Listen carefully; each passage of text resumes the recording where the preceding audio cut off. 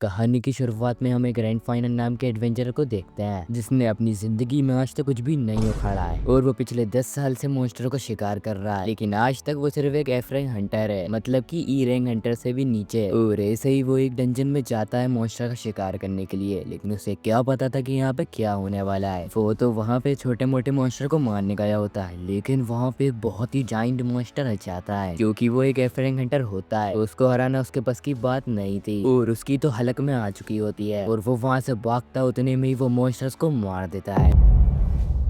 लेकिन guys red मरा नहीं होता। रेंड जैसे ही होश में आता है वो देखता है कि वो एक स्केलेटन में तब्दील हो चुका होता है। मैं मरा कैसे नहीं, मैं जिंदा कैसे हूँ? हाँ गाइस, रेंड एक स्केलेटन बन चुका है। वो इस चीज को लेके बहुत परेशान हो जाता है। नहीं, ऐसा नहीं हो सकता। फिर उसके बाद हमें पास में दिखाया जाता है कि रैंड आज भी जल्दी उठ चुका होता है और तैयार होकर अपनी गिल्ड में निकल जाता है। वो कहता है एडवेंचरर जल्दी इसलिए उठ जाते हैं क्योंकि उन्हें अच्छा काम मिल सके। एक गिल्ड के पास हर एक काम होते हैं, साफ सफाई और मॉन्स्टर को मारने तक। रैंड भी सुबह सुबह अपने लिए काम ढूंढने आया होता है तो पीछे से उसके दोस्त उसे आवाज लगाते हैं, क्या तुम फिर से मूनलाइट जा रहे हो? हाँ, अगर मुझे कोई अच्छा काम नहीं मिला तो मैं जरूर जाऊंगा। रैंड के दोस्त कहते हैं आखिरकार तुम सारा काम कैसे अकेले कर लेते हो, और वो उसकी तारीफ करते हैं। तो रैंड का कोई काम नहीं मिलता तो वो मून रिफ्लेक्शन की तरफ निकल जाता है। मैं पिछले 10 साल से ब्रॉन्ज रैंक पर हूँ, मतलब कि एफ रैंक हंटर, जो कि ई रैंक हंटर के सेकंड लोएस्ट हंटर में आता है। लेकिन मेरी लाइफ फिर भी अच्छी चल रही थी। मैं छोटे मोटे मॉन्स्टर को मारकर उनके स्टोन्स और छोटी मोटी चीज बेचकर अपना गुजारा करता था, जिससे मुझे आज तक खाने पीने की कभी दिक्कत नहीं हुई। लेकिन मैंने ऐसा कभी नहीं सोचा था कि मेरी लाइफ एकदम से चेंज हो जाएगी। और फिर हम देखते हैं रैंड मून रिफ्लेक्शन के पास पहुंच जाता है। इस जंजन का पूरा नाम लाइब्रेट मून रिफ्लेक्शन होता है। ये बहुत बड़ा नाम है तो हम इसे सिर्फ मून रिफ्लेक्शन ही कहेंगे। मून रिफ्लेक्शन असल में एक बहुत ही डरावनी डंजन है जहाँ पे बहुत ही खतरनाक मॉन्स्टर रहते हैं। ज्यादातर हंटर्स मॉन्स्टर के अंदर पाए जाने वाले स्टोन को बेचकर पैसे कमाते हैं, लेकिन हैरान करने वाली बात यह है उस डंजन में कभी मॉन्स्टर खत्म ही नहीं होते। किसी को नहीं पता कि ये मॉन्स्टर कहाँ से आते हैं। उसके अंदर जाने पर रैंड को एक सीक्रेट रास्ता मिलता है जो कि मैप में भी कहीं नहीं दिख रहा होता। वो बहुत ज्यादा एक्साइटेड हो जाता है, आज मेरा लकी डे, इसके अंदर कीमती खजाना या कोई खतरनाक वेपन मिलेगा। अगर कुछ नहीं हुआ तो मैं ये बात गिल को बता दूंगा जिससे कि मुझे बहुत सारे पैसे मिलेंगे। और रैंड निकल जाता है उस खुफिया केव के अंदर और रैंड जैसे ही जाता है उसको वही मॉन्स्टर मिल जाता है और वो उसको हमला करके मार देता है, जैसे कि हमने स्टार्टिंग में देखा था। और अगले सीन में हमें दिखाया जाता है कि रैंड काफी ज्यादा कंफ्यूज होता है, मैं जिंदा कैसे हूँ, मैं मरा क्यों नहीं? मुझे तो ड्रैगन ने मार दिया था। ऐसा लगता है कि मैं मरा भी हूँ और मरा भी नहीं हूँ। मतलब कि भाई रैंड एक इमोर्टल इंसान बन चुका है। उसे समझ नहीं आता कि वो क्या करे। वो सोचता है कि क्या वो अपने गांव चले जाए वापस, लेकिन वो इस हालत में अगर गांव गया तो उसको गार्ड इस हालत में पकड़ लेंगे और पादरी न जाने इसके साथ क्या करेंगे। एंड कुछ देर बाद रैंड यहाँ वहाँ भटकने लगता है डंजन में। क्या पता कुछ दिनों बाद यहाँ पे एक आध एडवेंचर तो आएगा ही। मैं उससे हेल्प मांग लूंगा, लेकिन वो नोटिस करता है कि वो बोल ही नहीं सकता क्योंकि उसके पास बॉडी ही नहीं थी। एंड इसी बीच रैंड की तरह दिखने वाला मॉन्स्टर सामने आ जाता है जो कि उस पे अटैक करने के लिए आ रहा होता है। रैंड अभी एक इंसान से भी ज्यादा कमजोर महसूस कर रहा होता है एंड रैंड जैसे ही बढ़ता है उस पर अटैक करने के लिए, लेकिन उसकी तलवार वहां पे उसका साथ छोड़ देती है एंड वो जमीन पर गिर जाता है। उसको एक तलवार उठाने तक की शक्ति भी नहीं थी, लेकिन अचानक से वो स्केलेटन भी वहीं पर ही गिर जाता है एंड तभी रैंड को भी मौका मिल जाता है, चाहे वो स्केलेटन ही क्यों ना हो, लेकिन उसे 10 साल का एक्सपीरियंस होता है। रैंड सबसे पहले स्पिरिट एनर्जी का यूज करता है और अपनी शक्तियों को बढ़ाता है। स्पिरिट एनर्जी हर एक लिविंग थिंग में होती है। एक एडवेंचरर होने के नाते वो इसको कई बार यूज कर चुका है, लेकिन रैंड को डाउट था कि वो ये काम करेगा या नहीं, लेकिन वो काम कर जाता है और वो अपनी तलवार से स्केलेटन के ऊपर अटैक कर देता है और वो स्केलेटन वहीं पर ही ढेर हो जाता है। एंड जैसे ही वो स्केलेटन मरता है तो उसकी जो स्पिरिट एनर्जी रहती है वो रैंड के अंदर आ जाती है। रैंड काफी ज्यादा शॉक हो जाता है क्योंकि ऐसा उसके लाइफ में कभी नहीं हुआ जब वो इंसान था। एंड तभी रैंड को उसकी एक फ्रेंड की याद आती है जो कि बताती है मॉन्स्टर के अंदर एक सीक्रेट ताकत होती है और समय और एक्सपीरियंस के साथ वो बढ़ता रहता है। ऐसा हर कोई स्केलेटन नहीं कर सकता। वो बताती है कि मैं भी इसी एवोल्यूशन के बारे में रिसर्च कर रही हूँ। रैंड सोचता है कि अगर ये सच में होता है तो इवॉल्व होकर एक घोल बन सकता है। घोल भी एक अनडेड मॉन्स्टर होते हैं जिनके अंदर बहुत ही खतरनाक पावर्स होती हैं। रैंड सोचता है अगर मैं एक बार घोल बन गया तो मैं अपने शहर जा सकता हूँ, तो इसलिए रैंड बिना किसी देरी के मॉन्स्टर को मारना स्टार्ट कर देता है और एक एक करके वो 5 स्केलेटन मॉन्स्टर को हरा देता है, जिससे उसे काफी सारी स्पिरिट एनर्जी मिल जाती है। अब वो पहले से काफी ज्यादा स्ट्रॉन्ग महसूस कर रहा था और इसके बाद वो और भी मॉन्स्टर की तलाश में निकल जाता है और तभी उसको एक स्लाइम मॉन्स्टर दिखता है। स्लाइम मॉन्स्टर असल में बहुत ही कमजोर मॉन्स्टर होते हैं, लेकिन उन्हें मारना बिल्कुल भी आसान नहीं होता, क्योंकि उनके पास जाते ही वो एक एसिड से हमला करते हैं। लेकिन रैंड अब काफी ज्यादा पावरफुल हो चुका था, तो इसलिए वो एसिड अटैक को डॉच कर लेता है एंड अपनी तलवार उठाता है और उस स्लाइम को भी हरा देता है। स्लाइम को मारने के बाद रैंड उसका मैजिक स्टोन सिक्योर कर लेता है एंड उस स्लाइम को एक बोतल के अंदर भर लेता है। स्लाइम मोस्टर जब तक जिंदा रहते हैं तो उनके अंदर एक एसिड होता है, लेकिन जब वो मर जाते हैं तो वो एक लिक्विड बन जाते हैं जिनका इस्तेमाल महंगे कॉस्मेटिक बनाने में होता है, तो ये काफी महंगे बिकते हैं। इसके बाद हमें एक शीला नाम की लड़की दिखाई जाती है जो कि एक गिल्ड असिस्टेंट है। शीला के पास एक आदमी आता है जो कि एक न्यू एडवेंचरर लड़की के बारे में पूछता है जो कि तलवारबाजी में काफी अच्छी होती है, लेकिन उसके पास बिल्कुल भी एक्सपीरियंस नहीं है। वो इसे अपनी टीम में शामिल करना चाहता था। शीला बोलती है कि कोई भी उसको अपनी पार्टी में नहीं लेना चाहता, तो शायद इसलिए वो रेंड से पूछने वाली थी ये दोनों वो लोग साथ में काम करें। लेकिन रेंड कल से घर वापस नहीं आया है। शीला बताती है कि उस लड़की को पैसों की काफी ज्यादा जरूरत थी, तो इसलिए उसे अकेले ही मून रिफ्लेक्शन में भेज दिया है। तो वो आदमी कहता है कि तुम बिल्कुल भी चिंता मत करो, मून रिफ्लेक्शन में एक आयरन रैंक का बंदा भी जा सकता है। जिसके बाद हमें रेंड को दिखाया जाता है जो कि बैठा बैठा सोच रहा होता है, ना तो अब उसको भूख लगती ना ही उसको अब नींद आती है। मतलब वो दिन रात थके बिना फाइट कर सकता है, लेकिन अब वो अपनी स्पिरिट एनर्जी के साथ साथ माना यानी कि मैजिक का भी यूज कर सकता था, और साथ में डिफिनिटी मतलब कि ये अब किसी को भी हील कर सकता है, वो कितनी बड़ी इंजरी क्यों ना हो, और उससे खाने पीने की चीजों को भी बचाया जा सकता है। तो रेंड अपनी डिफिनिटी का यूज करके उस ब्रेड को सिक्योर कर रहा था ताकि वो जब वो गोल बन जाए तो उसे भूख लगे तो वैसे खा सके।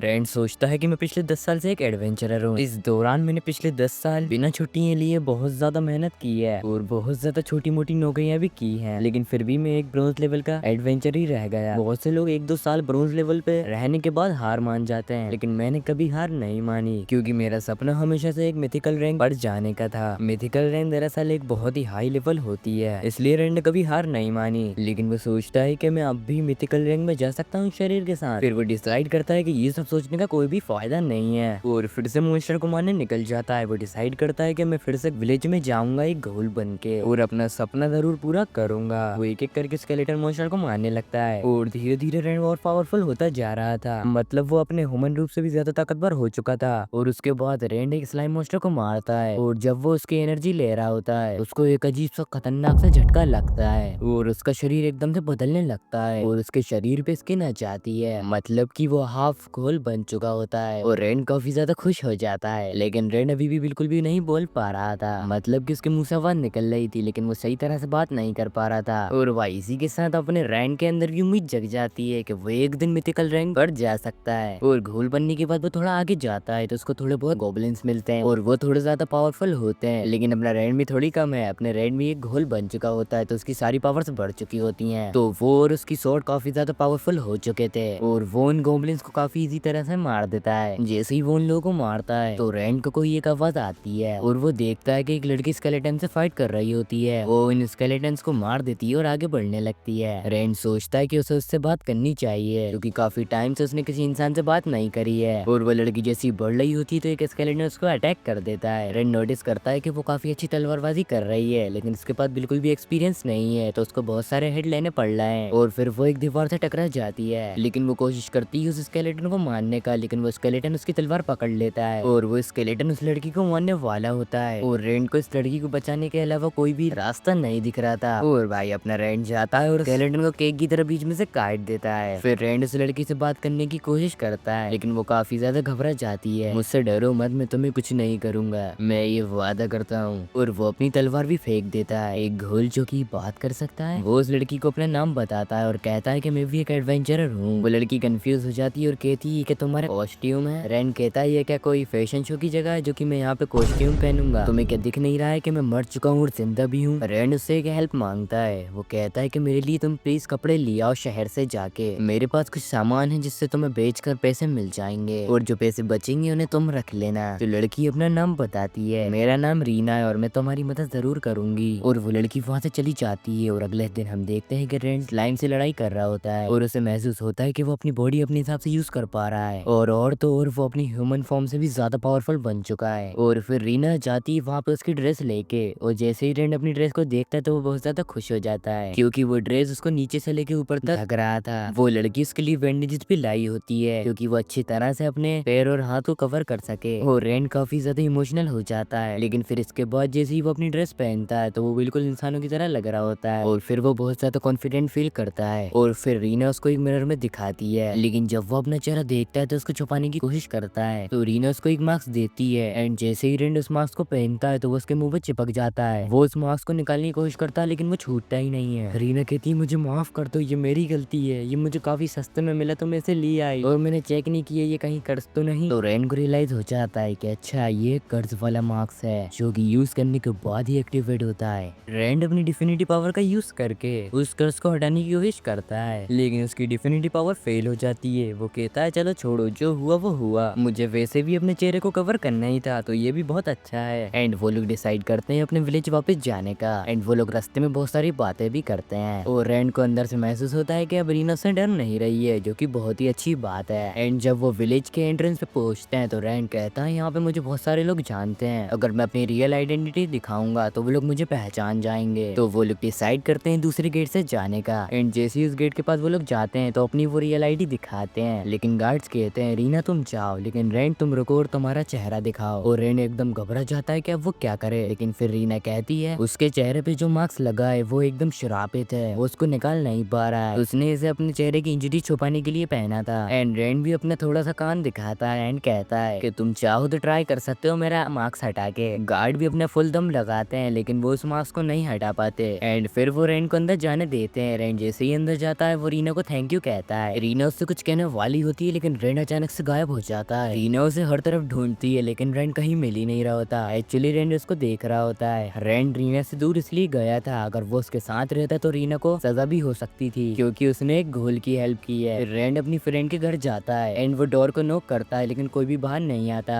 एंड वो डायरे के अंदर चला जाता है और देखता है कि उसकी दोस्त सो रही होती है। उसकी फ्रेंड का नाम लॉरेन होता है एंड वो उसको उठाने की कोशिश करता है लेकिन वो थोड़े बहुत नखरे कर रही होती है एंड जैसे ही वो उठती है एंड रेंड का चेहरा देखती है तो वो बहुत ज्यादा शॉक हो जाती है एंड रेंड उसको अपना हाथ दिखाता है तो लॉरेन एकदम घबरा जाती है, रेंड तुम्हें ये क्या हुआ। एंड हमें पास्ट का सीन दिखाया जाता है जहाँ पे उसकी दोस्त बैठी होती है एंड उसे डोर पे नॉक होता है तो वो समझ जाती है कि ये रेंट ही है, लेकिन रेंट तो बिना खटखटाए अंदर आ जाता था, जरूर कोई बड़ी मुश्किल होगी। एंड फिर वो नाटक करने लगती है सोने का एंड हम प्रेजेंट का सीन देखते हैं कि रेंट अपने सारे कपड़े उतार चुका होता है लेकिन लॉरेंस कह रही होती है कि मैंने बहुत सारी रिसर्च करी है घोल वगैरह पे, लेकिन मैंने अपनी लाइफ में कभी भी नहीं सुना कि किसी को एक ड्रैगन ने मार दी और अब वो एक घोल बन चुका है। फिर वो थोड़ा सोचने लगती है इस बारे में एंड वो कहती है चलो छोड़ो, क्या तुम सच में रेंट हो भी। रेंट सोचता है भले ही मैं मर गया हूँ लेकिन मेरी जो भी पिछली मेमोरीज थी मुझे आज तक याद है एंड पिछली बार की तरह ही सोचता हूँ। रेंट कहता है कि मैं श्योर नहीं हूँ। ये सुन के लॉरेंस समझ जाती है कि ये रेंट ही है। लॉरेंस उससे पूछती है अब तुम क्या करने वाले हो। रेंट कहता है मैं अपने पहले वाला ही पाथ चुनूंगा, एडवेंचरर वाला, एंड मैं एक दिन जरूर जाऊंगा मिथिकल क्लास पे चाहे कुछ भी हो जाए। एंड उसके अगले दिन रेंट कुछ काम कर रहा होता है तो वहाँ पे लॉरेंस आती है पैसे लेके। एक्चुअली रेंट ने अपना सारा सामान दे दिया था जो भी वो डंजन से लाया था, तो लॉरेंस उन्हें बेच के पैसे लाई थी एंड फिर रेंट उन पैसों को लेकर ब्लैक स्मिथ के पास जाता है जहाँ पे स्वॉर्ड बनती है एंड वो अपनी स्वॉर्ड उस लड़की को देता है, मुझे एक न्यू स्वॉर्ड चाहिए एंड वो उसे पैसे भी दे देता है एंड वो लड़की कहती है कि आपकी तलवार जरूर बनेगी